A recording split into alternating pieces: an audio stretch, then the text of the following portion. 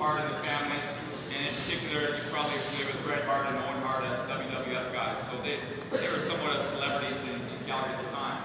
Now their father, Stu Hart, was also a celebrity in Calgary, a very important part of the Calgary community, and he was also an amateur wrestler. He won the Dominion of Canada Championship in 1939 and 1940.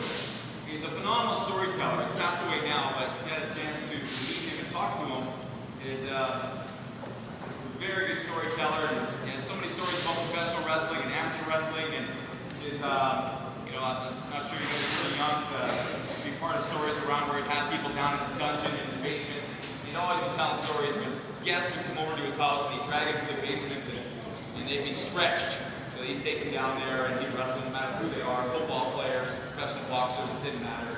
He would just take them downstairs to that. So very important part of Calgary's culture was Stu Hart. So we thought it was important to try and, on top of Stu Hart being a wrestler himself, he did coach at the University of Alberta for 2 years as well. He made his way from wrestling, and he went off to the States to do some professional wrestling. He ended up moving back to Alberta, and he coached U of A in 1949-1950. So if you're in the U of A wrestling room, you'll see up on the wall, you'll see Stu Hart's name out there as one of the coaches on their Wall of Fame. So he was a significant part of amateur wrestling at one time. So we decided to use that name as our focus for our high school elite tournament. The whole purpose of the tournament was trying to get the best kids from around the country together in a dual meet format. Aside from every 4 years at the Canada Games, we thought it should be an annual event, which it ended up being. We wanted to also invite teams from other places, so I was able to create a relationship with the Japanese fellows. So this is their 4th or 5th time that they've attended the tournament. So it's been very successful that way. And we've taken the winner of the Stu Hart Tournament. This will be the 4th time we've taken them to Japan after for a tour, for a 10-day tour there as well. So it's proved to be quite successful that way. So before we get going, just notice an incredible amount of work. I want to thank Ontario Wrestling.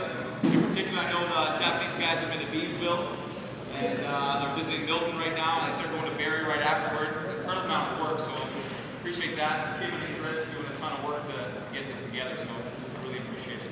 Anyway, thanks for coming, and I think the tournament again, if you're part of it the next couple years, it'll change locations. So I think we're in British Columbia next year, and then Saskatoon the year after. So we're going to move it around rather than being in Calgary all the time. So it's good everybody gets a chance to share it and post it.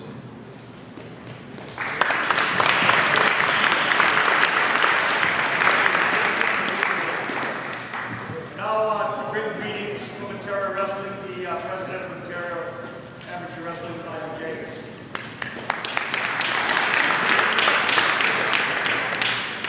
Very exciting for us to be able to host the Stu Hart here. I think we've been a number of so it's a privilege to have him here the first time. Dual meet format, it's such an exciting format to have. We all go through a lot of tournaments every year, but we don't get a chance to do this so much. And I think for you guys who haven't been in a dual meet championship like this before,